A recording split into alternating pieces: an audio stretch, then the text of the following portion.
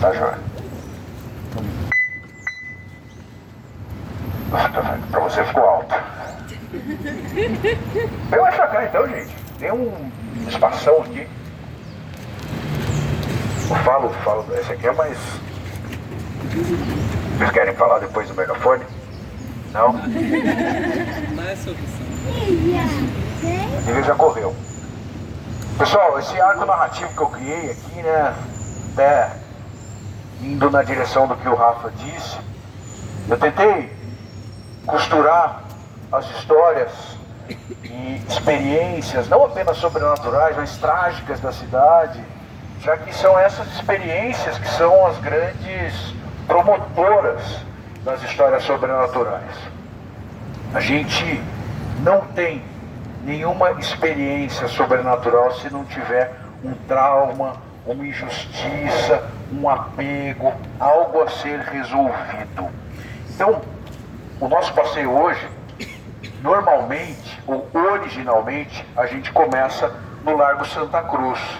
Mas, como essa questão logística, a gente decidiu começar aqui, mas não tem prejuízo nenhum da gente começar aqui no centro de convivência, até porque a gente vai passar por alguns caminhos que nos levam a essa história preambular do nosso passeio, e por que não dizer, de Campinas. Em 1831, houve uma fuga de uma fazenda chamada Engenho Romão, e o capitão Luiz José de Oliveira foi morto. Evidentemente era um fazendeiro, escravagista. Nessa fuga de escravizados ele foi morto. Ninguém sabe exatamente quem matou ele. O que se sabe é que dois jovens escravizados, Elesbão e Narciso, foram culpados ou foram acusados. Eles foram recapturados porque eles viviam cativos, foram recapturados, estavam sendo levados para São Paulo e conseguiram fugir. Narciso foi pego um ano depois e em São Paulo foi enforcado. Olha, a gente está falando de Tiradentes hoje. Foi enforcado em São Paulo, no próprio Largo da Forca, onde fica o bairro da Liberdade, onde também há uma história muito legal, mas eu prefiro contar para vocês o dia que vocês forem para São Paulo comigo, que é a história do Chaguinhas. E se vocês sabem, o bairro da Liberdade é um cemitério, né? A gente tem uma identificação muito grande com a comunidade japonesa, mas essa identificação só começa nos anos 70. Desde 1775 funcionava lá o cemitério dos aflitos, e ele está soterrado pelo bairro da Liberdade. Bom, mas vamos voltar para cá. Em 1835, Elesbão, convicto de sua inocência, volta para Campinas, e ele não sabia esse tempo que havia sido julgado a revelia. Então ele é recapturado, levado, até desligou aqui. Acontece. E a partir de onde fica ali a Basílica do Carmo, que também é um marco de fixação do povoamento de Campinas, ali tem o Marco Zero, depois o Rafa pode explicar melhor sobre os campinhos da cidade e tal. Marco Zero é mais perto do monumento túmulo do Carlos Gomes, que a gente vai lá já já. Mas dali partiu esse cortejo que arrastou literalmente Elesbão até o Largo Santa Cruz, que não chamava Largo Santa Cruz, chamava Largo da Forca. E passou a se chamar Largo da Forca exatamente por esse momento. Existia um comando imperial em 1835 que determinava que as forcas deveriam ser erguidas ou erigidas 2 dias antes de serem utilizadas, e depois de serem utilizadas, 2 dias depois, ela deveria ser desmontada. O que aconteceu lá? Depois da execução do Elesbão, essa forca ficou por lá de 1835 até 1848. Para onde ela foi levada? Para onde a gente vai terminar a nossa visita. Por que eu faço questão desse arco? Porque o Elesbão foi executado no Largo Santa Cruz, muitas outras pessoas foram executadas lá. Vocês podem imaginar quantos brancos aristocratas foram executados lá? Nenhum, né?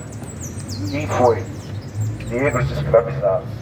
E aqueles que se insurgiam contra a administração que era escravocrata, aristocrática. Elesbão sempre falou que era inocente. E as aparições dele lá, que tiveram muita ocorrência, mais perto dos anos 60, davam conta de que ele aparecia sempre muito aflito e dizendo exatamente isso, que era inocente, que não tinha feito nada, que não merecia aquele castigo. E o castigo não foi só enforcamento, ele foi desmembrado e espalhado até Jundiaí, os pedaços dele. Bom, esse clima gostoso, a gente começa o nosso passeio. Mas por que eu conto isso? Porque a gente vai fazer uma visita em arco mesmo. A minha ideia é partir dessa história, que é uma história preambular, e chegar até onde essa forca que foi deslocada, e depois a gente vai falar mais disso lá na frente, essa forca foi queimada. E esse eu acho um símbolo, eu acho que esse acontecimento tem um simbolismo muito grande, porque não foi colocada outra forca lá depois dela ter sido queimada. Então o nosso passeio é um pouco contando essa história e a partir dessas experiências, tá bom? Então a gente começa aqui agora valendo o mesmo passeio e lembrando já de outra passagem interessante sobre a nossa cidade. Eu conto uma história de um lugar que o pessoal não deixa eu falar onde é. Eles não gostam que eu fale de onde é. Mas aconteceu aqui perto. E esse lugar que eles não falam, eles não deixam eu falar onde é, eles não gostam que eu fale, já foi um asilo de órfãs exatamente transformadas, e crianças transformadas em órfãs, exatamente no período mais acentuado de outro momento trágico da cidade de Campinas, que foi a epidemia de febre amarela, em 1889. Nós tivemos outras epidemias de febre amarela até chegarmos em 1889, mas não há dúvida de que a mais forte, mais perversa, mais difícil de ser enfrentada foi em 1889. Há quem diga que 2/3 da cidade simplesmente desapareceram, sejam por terem morrido, sejam por terem fugido daqui. Então todo mundo que ficou é lembrado com muito carinho. A gente tem um desses exemplos no Cemitério da Saudade. A gente tem o Dr. Vieira Bueno, que era um médico desse período, um dos poucos médicos, porque a Campinas tinha mais ou menos 20 médicos nessa época. Ele foi um dos 3 que permaneceram aqui, ou porque morreram, ou porque fugiram mesmo. Então, o Dr. Vieira virou um milagreiro de cemitério. Mas aqui foi instalado um asilo, como eles não gostam que eu fale o nome, então eu não posso falar o nome completo. Então a gente vai chamar o Asilo das Órfãs de Campinas, tá bom? Não da Asilo das Órfãs da Casa de Misericórdia. Mas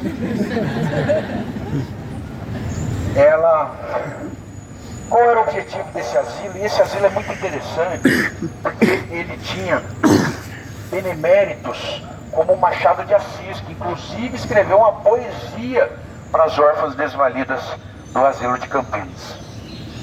E esses beneméritos, quando morriam, ganhavam um quadro. É meio tétrico, isso é meio esquisito, mas esses beneméritos ganhavam um quadro que eram colocados, esses quadros eram colocados num salão nobre. Só que esse salão nobre não era só um salão usado para as recepções de autoridades, dos próprios beneméritos. Era também um lugar de castigo para as meninas. Esse era um asilo de meninas apenas, né? E quando elas eram colocadas nesse salão nobre, as meninas muito assustadas diziam que as pessoas dos quadros saíam e tentavam pegar elas. Essa é a história daqui. Tem uma outra história daqui muito legal. A gente viu no Agente Secreto a perna cabeluda. Aqui também, que eu não posso falar onde é, acharam uma época uma perna feminina dentro de um tambor de formol, que também ninguém sabe de quem é até hoje, mas era uma perna feminina, uma perna não cabeluda, porque é depilada. Mas podia ser uma boa história. Se eu fosse jornalista aqui nos anos 70, talvez criasse a história da perna descabeluda de Campinas. A perna do São Paulo. Não tinha salto, ela não usava salto, ela estava só depilada. Essa informação não tem.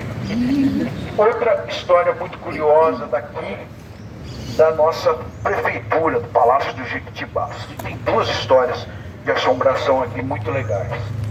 Uma não é muito legal, desculpa. Uma é legal do ponto de vista sobrenatural.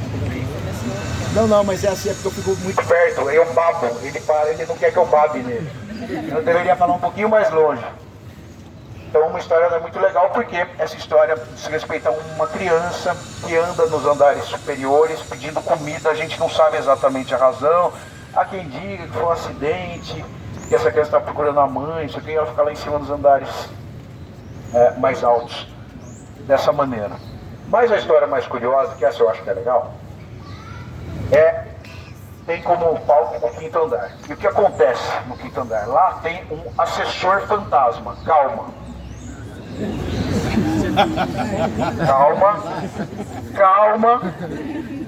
Se controle. Vamos fazer textão no Instagram. Deixa eu explicar primeiro. Esse assessor é um senhor de terno que trabalha aí até hoje. Já morreu há muito tempo. Ele muito elegante.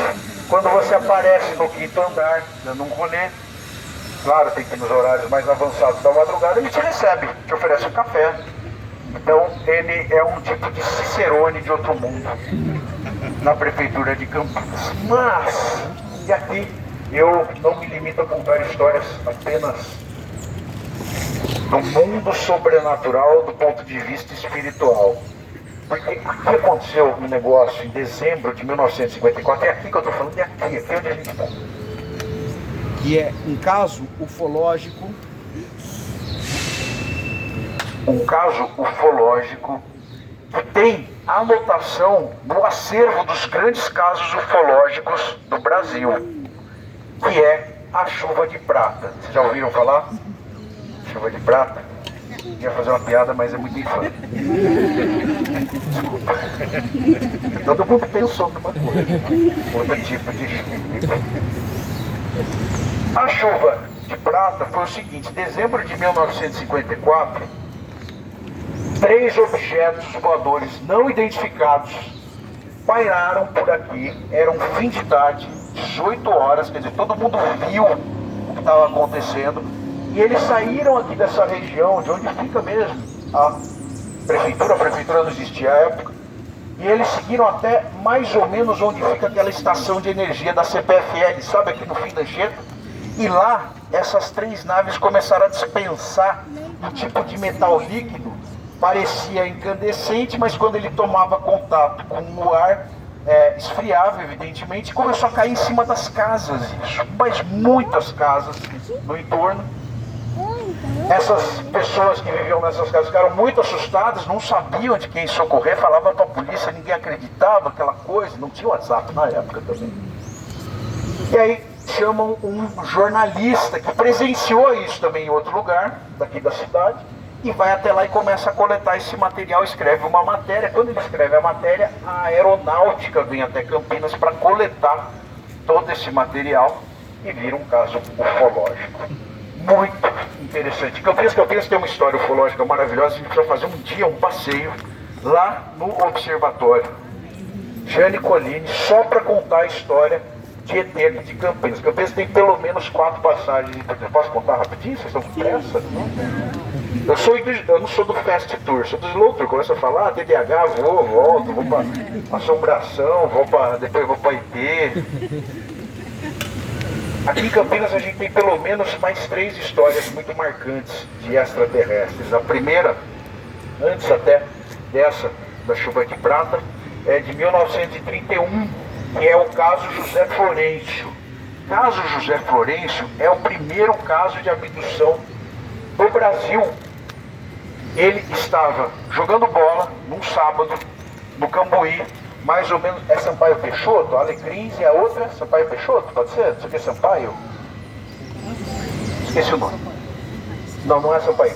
É na Alecrins, mais ou menos. Ele estava voltando para casa, quando ele escuta um barulho, aí vocês precisam pegar a referência da época, essa é a declaração dele. Um barulho de motor de geladeira. Então os OVNIs daquela época andavam com motor de geladeira. Esse barulho ultrapassa ele, para na frente dele, desce de uma nave, duas figuras, cabelo laranja, alvos bem brancos, olhos verdes, um pouquinho maior do que o normal, e um macacão prateado, mais ou menos como se ele tivesse acabado de chegar do Criança Esperança. Então, a referência boa é: desce da nave da Xuxa, no programa Criança Esperança, eles descem, pegam o menino, levam para dar um rolê interestelar. E estava tudo ótimo durante o rolê, ele vendo a Terra, igual os caras agora que foram para a Lua pela primeira vez. E não é possível que foi esse trabalhão todo para ir para a Lua agora, e em 1960 eles foram. Eu sou de poucas teorias da conspiração, nenhuma. Não sou terra plana, não sou antivacina, mas nem a pau que o Brasil não é, né? Nem a pau que os caras foram para a Lua em 1968. Não é possível. Acabei já com metade do clima aqui da galera. Gente, eu passei de assombração, vocês vieram 9 horas da manhã, mandar no centro, eu vi de história de assombração, eu posso abusar um pouquinho de vocês. Não foram pra lua, assim.